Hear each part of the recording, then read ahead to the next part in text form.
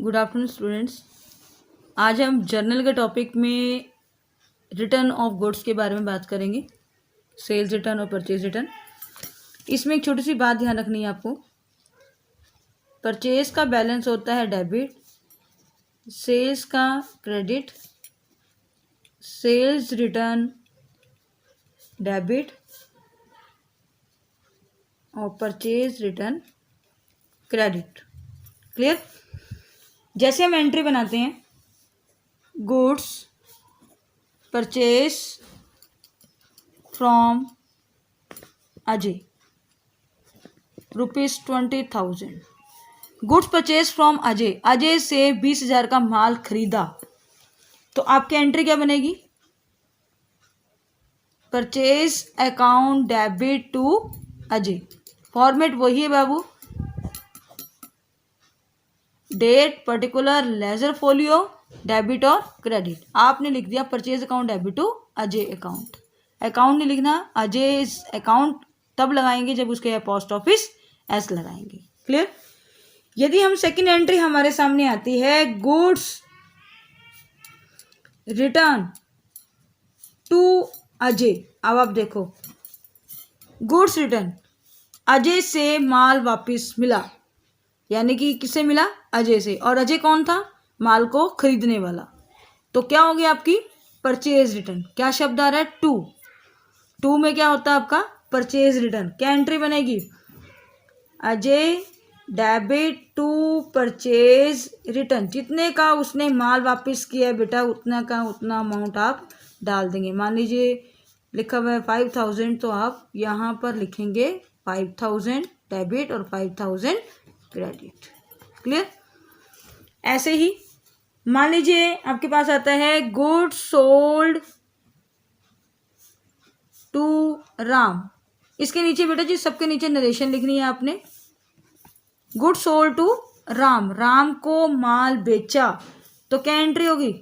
Ram debit to sales account ₹20,000, तो आप यहाँ क्या लिखेंगे? 20,000। क्लियर? यदि वो कहते हैं राम रिटर्न गुड्स, राम ने माल वापस किया, राम ने माल वापस किया, मान लीजिए यहाँ पर लिखा है कितनी % वापस किया, कितने का वापस किया, सब कुछ लिखा हुआ है, तो आप क्या लिखेंगे? राम रिटर्न गुड्स लिखा हुआ है, राम ने माल वापस किया, तो कौन सी रिटर्न होगी? Sales return. क्या एंट्री हो जाएगी? Sales return account debit to Ram account. जितने का भी लिखा हो, मान लो 500 का है, तो यहाँ क्या लिखेंगे आप? 500 डेबिट और क्रेडिट। क्लियर? अब बाबू मेन टॉपिक आता है हमारा डिस्काउंट। डिस्काउंट दो तरह का होता है, एक होता है आपका ट्रेड डिस्काउंट और एक होता है आपका कैश डिस्काउंट। एक चीज का ध्यान रखना बेटा, ट्रेड डिस्काउंट मिलता है होलसेलर को जो इकट्ठा माल लाकर बेचते हैं। ट्रेड डिस्काउंट के अंदर डिस्काउंट वर्ड यूज नहीं किया जाता, नॉट वर्ड इन यूज्ड। इसे सिर्फ क्या करते हैं हम? पैसे को माइनस करके दिखाते हैं जी। कैश डिस्काउंट किसको मिलता है? कस्टमर को, और इसमें डिस्काउंट वर्ड यूज किया जाता है। क्लियर? एक छोटी सी बेटा जी बात ध्यान रखना, बार बार बोलती हूँ मैं। पेड के अंदर कैश क्या होता है आपका? क्रेडिट। तो डिस्काउंट भी क्या होगा इसमें? क्रेडिट। ठीक है बेटा। डिस्काउंट रिसीव शब्द होता है, तो बेटा कैश क्या होता है आपका? डेबिट। और डिस्काउंट क्या होगा इसमें? अलाउ,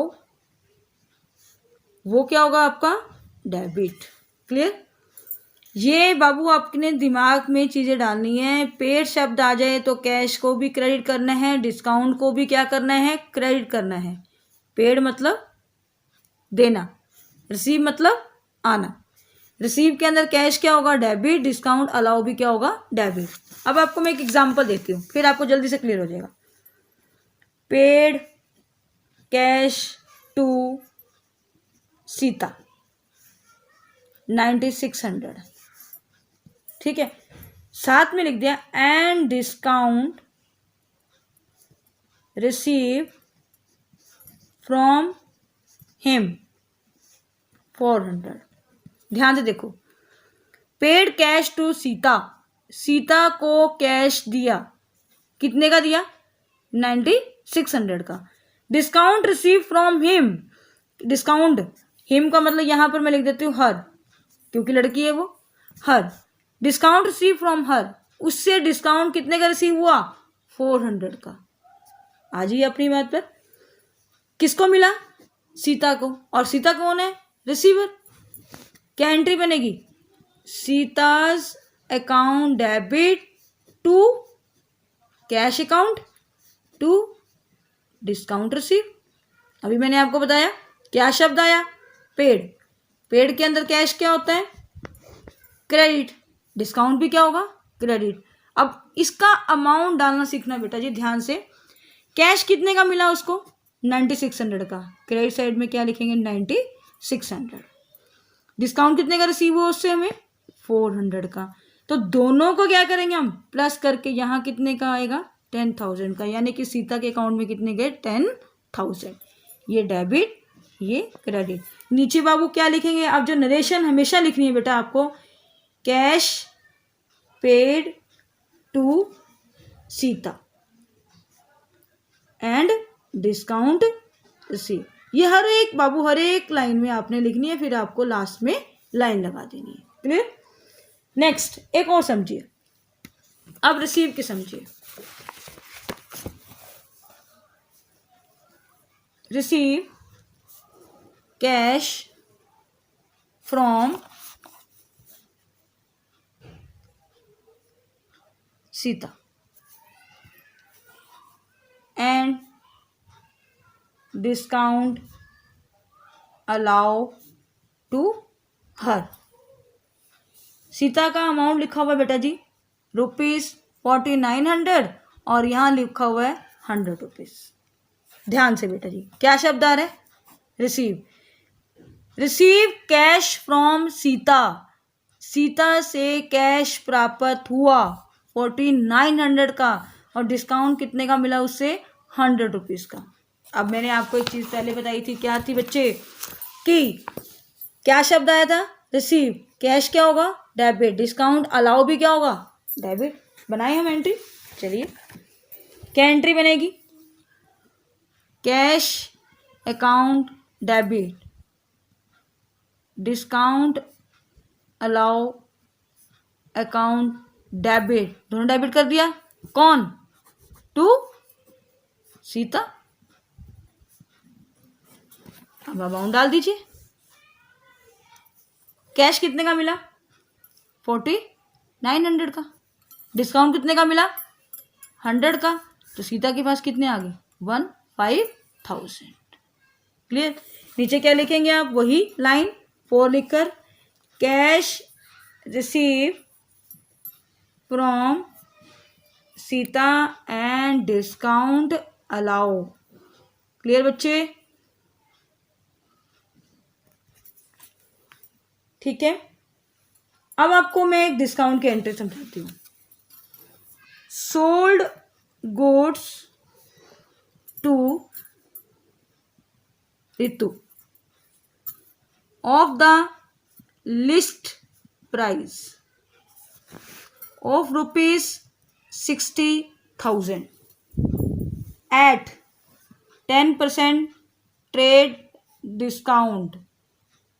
मैंने आपको एक चीज बाबू पहले समझाई थी कि ट्रेड डिस्काउंट के अंदर होलसेलर को मिल रहा है, कभी भी ट्रेड डिस्काउंट के अंदर डिस्काउंट वर्ड को यूज नहीं किया जाता, उसके अंदर पैसे को काट कर लिखा जाता है, उसको डिडक्ट किया जाता है। करें हम शुरू? चलिए। Sold goods to Ritu, Ritu को माल बेचा। किसको बेचा? रितु को। चलिए क्या एंट्री बनेगी? Ritu account debit. अकाउंट कैसे लगाने बच्चे? अपोस्ट्रोफिस एस। यदि आप रितु खाली लिखते हैं तो अकाउंट वर्ड यूज नहीं होगा। To sales. ठीक है बच्चे? अब अमाउंट निकालना सीखेंगे बेटा। ये वर्किंग नोट आपको दिखाना पड़ेगा बच्चे बनाकर। आपने लिखा 60,000 इंटू में 10/100 कितना आ गया 6,000।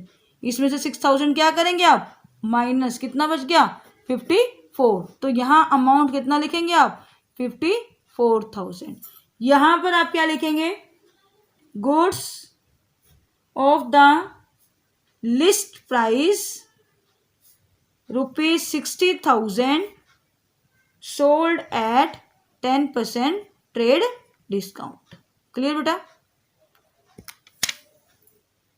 क्लियर। अब आपके सामने ये एंट्रीज आई, किसकी आई हमारे पास बेचने की।